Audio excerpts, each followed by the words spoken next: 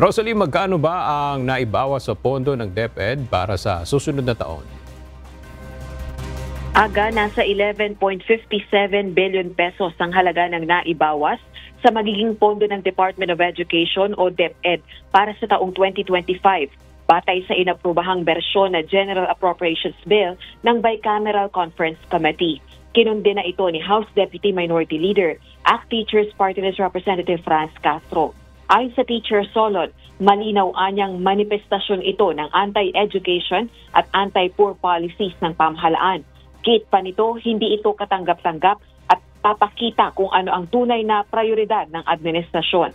Sa halip anyang abutin ang United Nations Recommended Education Budget na 6% ng gross domestic product, baliktad ang ginagawa ng gobyerno at binawasan pa ang pondo sa edukasyon. Hindi anya nito maiibsan ang learning crisis sa bansa at malaking dagok sa mga mag-aaral ang 10 billion pesos na ibinawa sa computerization program ng DepEd.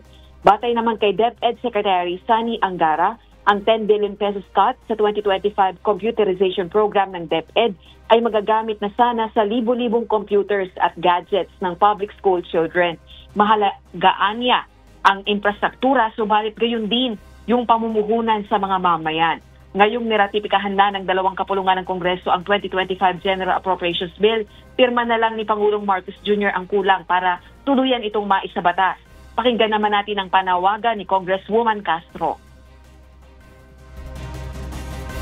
Nananawagan ako kay Presidente Marcos na maibalik, no, kung sakali, or kung magkakaroon ito ng supplemental o dagdag, ilalagay ba yan sa unprogrammed appropriations. Aga, sa susunod na linggo, inaasahan nating lalagdaan na ni Pangulong Marcos Jr. yung General Appropriations Bill para sa taong 2025. Balik sa iyo, Aga. Maraming salamat, Rosalie Coos.